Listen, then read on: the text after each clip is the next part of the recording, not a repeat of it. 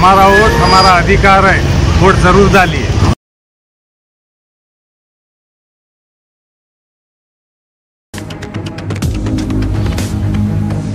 स्वागत है आपका बी न्यूज नेशन में। मैं हूं आबिद हुसैन शेख। नडहली एक बंदर की तरह है जो एक पेड़ से दूसरी पेड़ छलांग लगाता है। संगमेश बबलेश्वर का एएस पाटिल पर एमबी पाटिल पर दिए गए बयान का पलटवार। एएस पाटिल एक बंदर की तरह है, शराब पिलाने के बाद बंदर कैसे करता है वैसे ही बीजेपी में जाने के बाद नडहली कर रहे हैं, कहा केपीसीसी सेक्रेटरी संगमेश बबलेश्वर ने। आज बीजापुर में प्रेस मीट से बात करते हुए कहा कि नडहली ने एमबी पाटिल पर आरोप लगाया है कि उन्होंने जिले में कोई अभिवृद्धि का काम नहीं किया। 14,250 करोड़ रुपयों की नेरावरी योजना किसने लाई? अब तक 12,750 करोड़ का काम खत्म हुआ है, अभी 1,500 करोड़ का काम चल रहा है। कहां कहां काम हुआ है और कहां चल रहा है ये मैं दाखलों समेत दिखा सकता हूं। सिद्धेश्वर स्वामी जी ने एमबी पाटिल को भगीरथ का खिताब से नवाजा है। देवर हिप्परगी मत क्षेत्र के लोगों को नडहली ने धोखा दिया है, वहां कोई भी अभिवृद्धि का काम नहीं हुआ। कोरवार में इसलिए नडहली को जनता ने पागल कुत्ते की तरह धुतकार दिया है। अभिवृद्धि कार्यों की चर्चा के लिए हम तैयार हैं, अगर जिगजनगी को भी साथ लाना चाहे तो ला सकते हैं। 24 घंटे में हमारा चैलेंज स्वीकार करके जहां चाहे वहां बुलाएं, हम तैयार हैं, कहा संगमेश बबलेश्वर ने। आ मतक्षेत्ರದ ಜನರಿಗೆ ವಂಚನೆಯನ್ನ ಮಾಡಿರತಕ್ಕಂತ ಪುಣ್ಯಾತ್ಮರು ಯಾವ ನೈತಿಕತೆ ಇದೆ ಎಸ್ ಪಾಟೀಲ್ ನಡಹಳ್ಳಿ ಅವರಿಗೆ ಸ್ವಲ್ಪ ಆಲೋಚನೆ ಮಾಡಬೇಕು। ಏನಂತಂದ್ರೆ ಇನ್ನೊಂದು ಬಹಳ ಆಶ್ಚರ್ಯಕರವಾದಂತ ಘಟನೆ ಕಳೆದ ಜಿಲ್ಲಾ ಪಂಚಾಯತ್ ಚುನಾವಣೆಯಲ್ಲಿ ನಡೆದಿತ್ತು। ಅದು ಎಲ್ಲ ಕಡೆ ಮಾಧ್ಯಮಗಳಲ್ಲಿ ಸಾಮಾಜಿಕ ಜಾಲತಾಣಗಳಲ್ಲಿ ವೈರಲ್ ಆಗಿತ್ತು। ಕೋರವಾರದಲ್ಲಿ ಎಸ್ ಪಾಟೀಲ್ ನಡಹಳ್ಳಿ ಅವರನ್ನ ನಮ್ಮ ಮನೆ ಅಂಗಳದಲ್ಲಿ ಯಾವುದಾದ್ರೂ ಒಂದು ಗುಚ್ಚನಾಯಿ ಬಂದ್ರೆ ಅದನ್ನು ಕೂಡ ನಾವು ಗೌರವದಿಂದ ಹೊರಗಾಕ್ತೇವೆ, ಹಚ್ಚ ನಡಿ ನಡಿ ಅಂತ ಹೇಳಿ। ಆದ್ರೆ ಆ ಜನ ಆ ಕ್ಷೇತ್ರದ ಶಾಸಕನಿಗೆ ನಮ್ಮದೇ ಪಕ್ಷದ ಕಾರ್ಯಕರ್ತರು ಕೊಳ್ಳಪಟ್ಟಿ ಹಿಡಿದು ಬಳಸಿರುವ ಅಸಂಸದೀಯ ಪದಗಳನ್ನ ಕೇಳಿದ್ರೆ, ಬಹುಶಃ ಹೆಡಕ್ ಹಿಡಿದು ನುಗ್ಸಿದ್ದನ್ನ ನೋಡಿದ್ರೆ, ನಾನೇನಾದ್ರೂ ಎಸ್ ಪಾಟೀಲ್ ನಡಹಳ್ಳಿ ಅವರ ಜಾಗದಲ್ಲಿ ಇದ್ರೆ ಬಹುಶಃ ಸಾರ್ವಜನಿಕ ಜೀವನದಿಂದ ನಿವೃತ್ತಿ ಆಗ್ತಾ ಇದೆ।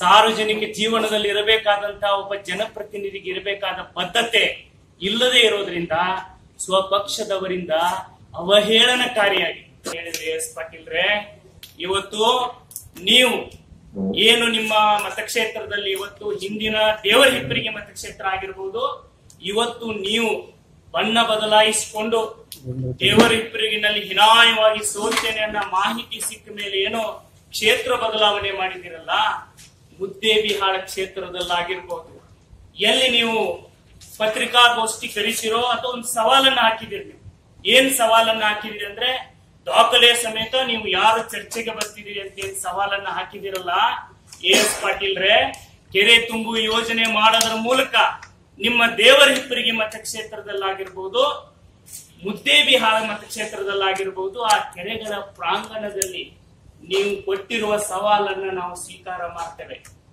ಅಥವಾ ನೀವೇ ಬೋಂಗಾ ಊದ್ಕೊಂಡು 2 ಬಾರಿ ದೇವರ ಹಿಪ್ಪರಿಗೆ ಮತಕ್ಷೇತ್ರದ ಜನರಿಗೆ ವಂಚನೆ ಮಾಡಿ ಎಲ್ಲೋ ದೊಡ್ಡ ಗಾರ್ಮೆಂಟ್ ಫ್ಯಾಕ್ಟರಿ ಮಾಡ್ತೀನಿ, ಆ ಗಾರ್ಮೆಂಟ್ ಫ್ಯಾಕ್ಟರಿಯಿಂದ ಸಾವಿರ ಜಿಲ್ಲೆ ಯುವಕರಿಗೆ ಮತಕ್ಷೇತ್ರದ ಯುವಕರಿಗೆ ಉದ್ಯೋಗ ಕೊಡ್ತೀನಿ ಅಂತ ಹೇಳಿದ್ರಲ್ಲ, ಅದೇನಾದ್ರೂ ನೀವು ಮಾಡಿದ್ರೆ ನಾವಂತೂ ನೋಡಿಲ್ಲ, ಕಂಡಿಲ್ಲ, ಕೇಳಿಲ್ಲ। ಅಂತ ಗಾರ್ಮೆಂಟ್ ಫ್ಯಾಕ್ಟರಿ ಎಲ್ಲಾದ್ರೂ ನೀವು ಮಾಡಿದ್ರೆ ಆ ಫ್ಯಾಕ್ಟರಿ ಮುಂದೆ ನೀವು ನಮ್ಮನ್ನ ಚರ್ಚೆಗೆ ಕರೆದ್ರೆ ಬೇರೆ ಕಡೆ ಸೆಳೆಯುವ ಪ್ರಯತ್ನ ಮಾಡ್ತಾ ಇದ್ದೀರಿ। ತಾಕತ್ತಿದ್ರೆ 24 ಗಂಟೆಗಳಲ್ಲಿ ನಿಮ್ಮ ಸವಾಲು ನಾವು ಸ್ವೀಕಾರ ಮಾಡಿದ್ದೇವೆ। 24 ಗಂಟೆಗಳಲ್ಲಿ ಭಯಂಕರ ಅಭಿವೃದ್ಧಿ ಮಾಡಿ ಹೆಸರು ಮಾಡಿರ್ತಕ್ಕಂತ ನಿಮ್ಮ ಸಂಸ್ಥೆಗಳನ್ನು ಕರೆದುಕೊಂಡು ಬನ್ನಿ। ದೇವರ ಹಿಪ್ಪರಿಗೆಗೆ ಬರಬೇಕೋ, ಮುದ್ದೇಬಿಹಾಳಕ್ಕೆ ಬರಬೇಕೋ, ತಾವೇ ಆಹ್ವಾನ ಕೊಡಿ। ನೀವು ನಮ್ಮ ಮಾನ್ಯ ಗೃಹ ಸಚಿವರು, ಹಿಂದಿನ ಜಲಸಂಪನ್ಮೂಲ ಸಚಿವರಾದ ಮಾನ್ಯ ಎಂಬಿ ಪಾಟೀಲ್ ಸಾಹೇಬರು ಮಾಡಿರೋ ಕೆರೆ ತುಂಬಿಸಿರೋ ಯೋಜನೆಗಳಿದಾವಲ್ಲ, ಆ ಯೋಜನೆ ಹತ್ರ ಬರಬೇಕು। ನಿಮ್ಮ ಕಾರ್ಖಾನೆ, ಉದ್ಯೋಗ ಸೃಷ್ಟಿ ಮಾಡಿರುವ ಕಾರ್ಖಾನೆ ಎಲ್ಲಾದ್ರೂ ಇದ್ರೆ ಅಲ್ಲಿ ಕೂಡ ನಾವು ಬರ್ಲಿಕ್ಕೆ ರೆಡಿ ಇದ್ದೇವೆ ಅಂತಕ್ಕಂಥ ಮಾತನ್ನ ಮತ್ತೊಮ್ಮೆ ಪುನರುಚ್ಚರಿಸ್ತಾ, 12ನೇ ಶತಮಾನದಲ್ಲಿ ಆ ಶಸ್ತ್ರಚಿಕಿತ್ಸೆಗೆ ಒಳಗಾಗಿ ಆದ್ರೂ ನೀವು ಸ್ವಲ್ಪ ಸತ್ಯ ಹೇಳೋದನ್ನ, ಸತ್ಯ ಒಪ್ಪಿಕೊಳ್ಳೋ ಆತ್ಮಸಾಕ್ಷಿಯನ್ನ ಬೆಳೆಸ್ಕೊಳ್ಬೇಕು ಅಂತಕ್ಕಂಥ ಮಾತನ್ನ ನಾನು ಈ ಸಂದರ್ಭದಲ್ಲಿ ಹೇಳಿಕೆ ಬಯಸ್ತೇನೆ. ಇನ್ನು ಎಸ್ ಪಾಟೀಲ್ ನಡಹಳ್ಳಿ ಅವರಂತ ಒಬ್ಬ ಕುಟುಗೋಸಿ ರಾಜಕಾರಣಿ, ಮಂಗನಂತೆ ಗಿಡದಿಂದ ಗಿಡಕ್ಕೆ, ಪಕ್ಷದಿಂದ ಪಕ್ಷಕ್ಕೆ ಜಿಗಿದುಕೊಂಡು ಹೆಂಡ ಕುಡಿದ ಮಂಗನಂತೆ ಮಾತನಾಡುವ ರಾಜಕಾರಣಿಗಳಿಗೆಲ್ಲ ಉತ್ತರ ಕೊಡುವಷ್ಟು ಸಮಯ, ವ್ಯವಧಾನ ನಮಗಿಲ್ಲ. ನಮಗಿರೋ ಸಮಯನ ಅಭಿವೃದ್ಧಿಗೋಸ್ಕರ ಬಳಸ್ತಕ್ಕಂಥವ್ರು ನಾವು. ರಾಜಕಾರಣದಲ್ಲಿ ಅಭಿವೃದ್ಧಿ ಬಗ್ಗೆ ಮಾತಾಡೋದಕ್ಕೆ, ಅಭಿವೃದ್ಧಿ ಪರವಾದ ಚಿಂತನೆಗಳ ಬಗ್ಗೆ ಮಾತಾಡೋದಕ್ಕೆ ನಾವು ಬಳಸ್ತೇವೆ ಹೊರತು ನಿಮ್ಮಂತ ಪುಟಗೋಷಿಗಳಿಗೆಲ್ಲ ಉತ್ತರ ಕೊಡ್ತಕ್ಕ ಅಭಿವೃದ್ಧಿನೇ ನಿಮಗೆ ಉತ್ತರ ಕೊಡ್ತದೆ. ನೀವು ಆಲೋಚನೆ ಮಾಡಿ, ಏನಪ್ಪಾ ನಿಮ್ಮದೇ ಕೇಂದ್ರ ಸಚಿವೆ, ಜಲಸಂಪನ್ಮೂಲ ಸಚಿವೆ ಉಮಾಶ್ರೀ ಅವರು ಒಂದು ಜಲ ಸಪ್ತಾಹವನ್ನ ದೆಹಲಿಯಲ್ಲಿ ಕರೆದಿದ್ರು. ಎಸ್ ಪಾಟೀಲ್, ನಿಮ್ಮಂತ ಪುಟಗೋಸಿ ರಾಜಕಾರಣಿಗಳು ಕೊಡ್ತಕ್ಕಂಥ ಸರ್ಟಿಫಿಕೇಟ್ ಅಗತ್ಯ ನಮಗಿಲ್ಲ. ಎಸ್ ಪಾಟೀಲ್ರೆ, ಇವತ್ತು ನೀವು ಅರ್ಥ ಮಾಡ್ಕೊಳ್ಬೇಕು, ನಿಮ್ಮ ಭಯಂಕರ ಅಭಿವೃದ್ಧಿ ಮಾಡಿರ್ತಕ್ಕಂಥ ಜನಪ್ರಿಯ ಸಂಸದ ಕೇಂದ್ರ ಸಚಿವ ರಮೇಶ್ ಜಿಗಜಿಣಗಿ ಅವರು ನೀವು ಬರೀ ಪತ್ರಿಕಾ ಪ್ರಚಾರ ಕಾರ್ಯಾಲಯದಲ್ಲಿ 4 ಜನರನ್ನು ಕರೆದುಕೊಂಡು ಕೂತು ಸುಮ್ಮನೆ ಜನರ ಗಮನವನ್ನ ಬೇರೆಡೆಗೆ ಸೆಳೀತಕ್ಕಂಥ ಪ್ರಯತ್ನ ಮಾಡಬೇಡಿ. ಈ ಜಿಲ್ಲೆಯ ಜನ ಬಹಳ ಬುದ್ಧಿವಂತರು, ಪ್ರಬುದ್ಧರು ಅನ್ನೋದನ್ನ ಈ ಸಂದರ್ಭದಲ್ಲಿ ನಾನು ಹೇಳಿಕೆ ಬಯಸ್ತೇನೆ.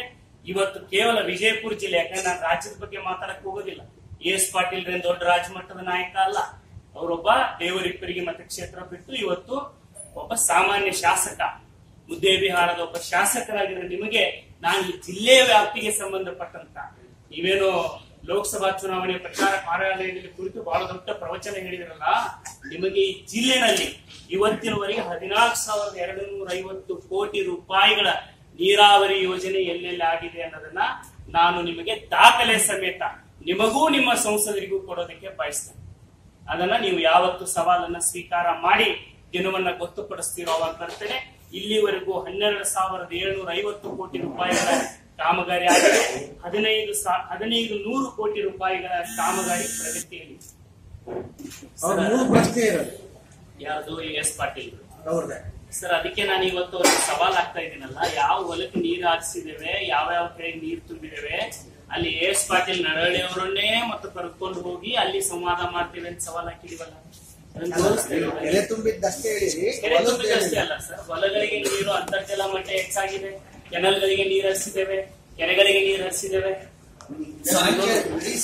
ನೀರಂತಂದ್ರೆ ಇದು ಕಾಲುವೆ ಮೂಲಕ ಹೋದ್ರೆ ಅದು ನೀರಾವರಿ, ಕೆರೆ ತುಂಬಿ ಅಂತರ್ಜಲ ಮಟ್ಟ ಹೆಚ್ಚಾದ್ರೆ ಅದು ನೀರಾವರಿ ಅಲ್ಲ ಅನ್ನೋ ಅಪ್ರಬುದ್ಧತೆ ಸ್ವಲ್ಪ ಎಸ್ ಪಾಟೀಲ್ ನಡಹಳ್ಳಿ ಅವರು ಅರ್ಥ ಮಾಡ್ತಾರೆ. ಇದು ಅಪ್ರಬುದ್ಧರ ಲಕ್ಷಣ ಇದೆ. ಅಂದ್ರೆ ಅದು ಅಟ್ಟಕ್ಕೆ ಹಾರ್ಲಾರ್ಗೂ ಬೆಟ್ಟಕ್ಕೆ ಹಾರಂಗಿಲ್ಲ. ಸುಮ್ನೆ ಟೀಕೆ ಮಾಡೋದಕ್ಕೋಸ್ಕರ ಚುನಾವಣಾ ಇದೆ, ಪ್ರಚಾರ ಕಾರ್ಯಾಲಯದಲ್ಲಿ ಬಂದಿದ್ದೀನಿ ಅಂತ ಟೀಕೆ ಮಾಡೋದಿಲ್ಲ ಶ್ರೀ ಎಸ್ ಪಾಟೀಲ್ರೆ ಅಂತ ಹೇಳಕ್ ಬಯಸ್ತೇನೆ. ಸದಾನಂದ ಗೌಡ ಇದ್ದಾಗ ಶಂಕ್ಷನ್ ಆಗಿರೋವು ಈಗ ಆನ್ ಗೋಯಿಂಗ್ ಪ್ರಾಜೆಕ್ಟ್ ಅಷ್ಟೇ. ನಾವು ರಾಜ್ಯಾಧ್ಯಕ್ಷರಿಗೆ ನಾವು ಸವಾಲ್ ಹಾಕಿದ್ದೇವೆ. ಏನಂತ ಹಾಕಿದ್ದೇವೆ ಅಂತಂದ್ರೆ, ಅವರು ಬಹಳ ದೊಡ್ಡ ಅರಿವೆ ಹೋಗ್ಬಿಟ್ಟು ಗುಸು ಹಾವೇ ಗುಟ್ಟಾಗ ಹಾವಿದೆ ಬಿಡ್ತೀನಿ ಅಂತ ಚಿರಾಗ್ತಿದ್ರು. ಅವ್ರಿಗೆ ಸವಾಲ್ ಹಾಕಿದ್ದೇವೆ. ಇವನೇನ್ ಕೇಳ್ತಾರೆ ಪುಟಗೋಸಿ, ಯಾವ ಅವರೆಲ್ಲ ಯಾರು ಮಾಡಿದ್ದಾರೆ ಅದನ್ನ ಇಲ್ಲಿ ಜಿಲ್ಲೆಯ ಜನ ಸ್ಮರಣೆ ಮಾಡ್ತಿದ್ದಾರೆ. ಜಿಲ್ಲೆಯ ಜನರಿಗೆ ಕೃತಜ್ಞತೆ ಇದೆ.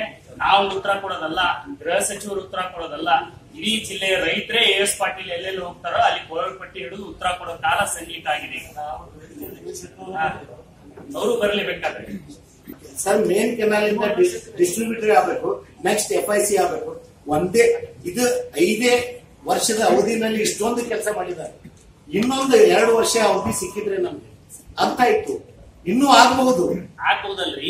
1,500 ಕೋಟಿ ರೂಪಾಯಿಗಳ ಕೆಲಸ ಪ್ರಗತಿಯಲ್ಲಿದೆ. ಆ 1,500 ಕೋಟಿ, ಯಾಕಂದ್ರೆ ಈಗಾಗಲೇ 12,750 ಕೋಟಿ ಕೆಲಸ ಪ್ರಗತಿಯಲ್ಲಿದೆ, ಮುಗಿದಿದೆ, ಅದು ತಮ್ಮೆಲ್ಲರ ಗಮನದಲ್ಲಿದೆ.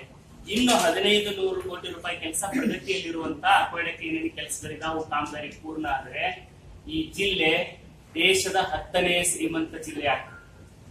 ಇದನ್ನ ಸ್ವಲ್ಪ ಎಸ್ ಪಾಟೀಲ್ ತಾವು ಪಾಪ ಗಮನಿಸ್ತಾರೆ.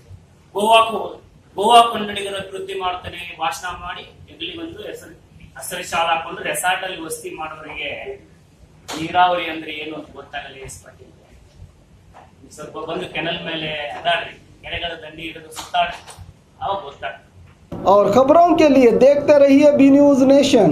ಹಬ್ಬಗಳ ಪ್ರಯುಕ್ತ bumper offer Silai world men's women's kids saris bumper offer buy 3 get 3 Vijayapura ನಗರದಲ್ಲಿ ಬಟ್ಟೆ ಕ್ಷೇತ್ರದ ಹೆಸರುವಾಸಿಯಾದ ಗುರುಕುಲ್ ರಸ್ತೆಯಲ್ಲಿ ಇರುವ ಬ್ರಹ್ಮಾಂಡ ಸಿಲಾಯಿ ವರ್ಲ್ಡ್ ಶೋರೂಮ್ ನಲ್ಲಿ ಹಬ್ಬಗಳ ಪ್ರಯುಕ್ತ bumper offer buy 3 get 3 formal casual winter westerns bumper offer flat sale 299 399 499 ಇದು ಹಬ್ಬಗಳ ಪ್ರಯುಕ್ತ bumper offer buy 1 get 1 free ಇದು offer silk saris cotton saris design saris ಗಳ ಮೇಲೆ ಬಂಪರ್ ಆಫರ್ ಲಾಭ ಪಡೆಯಿರಿ ಈ ಆಫರ್ ಸೀಮಿತ ಅವಧಿಗೆ ಮಾತ್ರ ಹಿಂದೆ ತಮ್ಮ ಕುಟುಂಬದೊಂದಿಗೆ ಬನ್ನಿ ಸ್ಥಳ Silai world men's women's kids saris near Siddheshwara temple beside corporation bank Gurukul road Vijayapura mobile number 7030170909